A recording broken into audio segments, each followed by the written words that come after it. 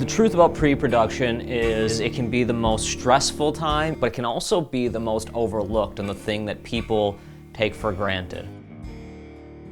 When I was doing the Good Exorcist, between the casting process, scheduling, locations, all of that kind of got crammed into 1 week. So in a way, I started pre-production the second I started writing. So for me personally, like my preparation in doing the Good Exorcist was minimal, if at all.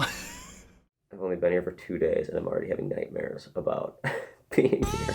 He seemed more excited than stressed. I wouldn't say he was stressed out. I would say he was excited. You know, it's a little nerve-wracking. This was his first full feature, but I think he tried to go in it with the mindset of like he was just gonna have fun with it and like make a movie with his buddies. I was specifically writing in a way that I would have minimal locations, utilizing props that we already have so I wouldn't have to go find those. A lot of the storyboards that I did for the movie were done while I was writing. So I came up with this idea for Abaddon last night. I don't know how I'm gonna pull it off. Now, some of those storyboards got thrown by the wayside when we changed our location from a bed and breakfast to a ranch. But that willingness to adapt and having seen a big picture version of it in the storyboards and in the schedule let me know that we could move things around, ability to adapt in the moment. It goes back to mainly how you build on top of what you already know, and it's just tackling one job and then just knowing you have to move on to the next. And be vulnerable and be bad at what you're doing. You know, everything's coming up Millhouse. If only for a moment, so you can move past it and get the job done. So I think being honest with yourself and your strengths and your weaknesses. I never felt a true nervousness. Today, when I went into wardrobe, it made me go, oh my God, maybe I haven't thought about the color palette. Maybe I haven't thought about the characters quite enough. And then finding somebody or a group of people that can really counterbalance that or you know, make you shine brighter. The sooner you find those people, the stronger you're gonna be.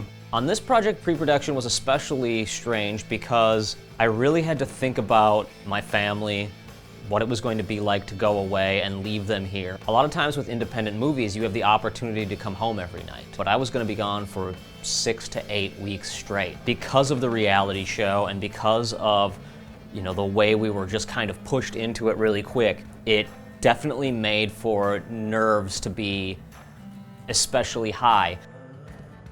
I sent my script and I got the call that I was going to be on the show, and I instantly went into pre-production mode. I started breaking down the script, I started thinking about what my cast might look like, what they may talk like, started really putting myself into the characters, and I started thinking about how much could go wrong. Just get something that looks kind of close to what I want. I was excited about it. I thought it was an awesome opportunity. I mean, he gets to work with Robert Rodriguez, so I thought it was like perfect. And I wasn't hesitant at all. Some people might be hesitant to like let their husbands leave when you have 2 little kids at home, but I was totally fine with it. And not knowing what to expect was really, it was scary. Like it was, you know, it was intense. He handled it just fine. Like I didn't even realize that it was happening so quickly. I heard from him a little bit about like what it was like. So I got to hear a little bit about like their offices at Troublemaker Studios and stuff like that, and it was pretty cool. His first night, I was actually in Peru. He called me and he was all upset because he couldn't figure out where to get food, and I thought it was funny. But he did eventually figure it out. No, I didn't. You didn't? I never got food the first night. Oh my God, you just starved? Yeah. It was just such a crazy moment. I mean, given our circumstances, you know, Josh was already working with these actors, casting these actors, scouting locations. So I was getting the feedback from him, and he was really excited, which got me really excited. But I mean, in all honesty, I still didn't know what to expect. Tried just to not think about it. I had a lot of drinks in the airport bar the night before. Before day one, most of my cast hadn't even met, and I got suddenly super nervous that they were going to show up totally unprepared for what this shoot was going to be like, unprepared for the reality show of it, and it was going to be a complete mess. And on day one, I had scheduled almost all of the cast. I texted Daniel while he was at the airport and asked him if he could send out a nice email, just letting everyone know who he was and what kind of a shoot they could expect, I got a message back from Daniel saying he was really drunk. And that really put me in a headspace that I wouldn't recommend to any young actors, writers, producers, filmmakers. The message came back from Daniel, complete nonsense. It was super goofy, misspellings all over, and then 15 minutes later an email popped up and I was like, oh, we're in for some shit. I started reading it and it was perfect. It was funny, it was sweet, it was to the point. It really made it feel like we were all going to have a good time, like we were already all friends. And something just as simple as that email made a huge difference. Even if it was coming from a drunk dude in an airport bar, it made the world of difference going into day one to know that this was going to be a fun shoot. You know, we made it work. We made it work.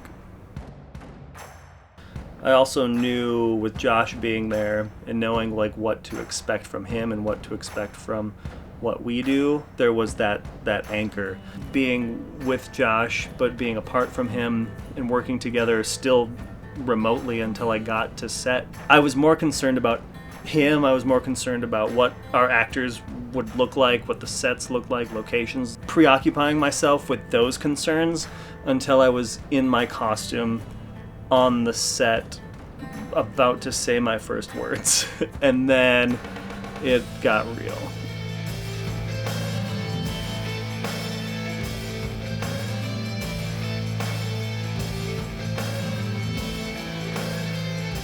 I actually had a nightmare last night. I was laying in bed and I couldn't sleep, and obviously it was a dream, so this room was completely different. The producers came in, and I was laying in bed, and the producers came in and took me out of the room, and they brought me downstairs, and we were all standing in a line, and Robert walked in and he said, "I'm sorry guys, you're not cutting it, you're all gone," and booted us all out of the house.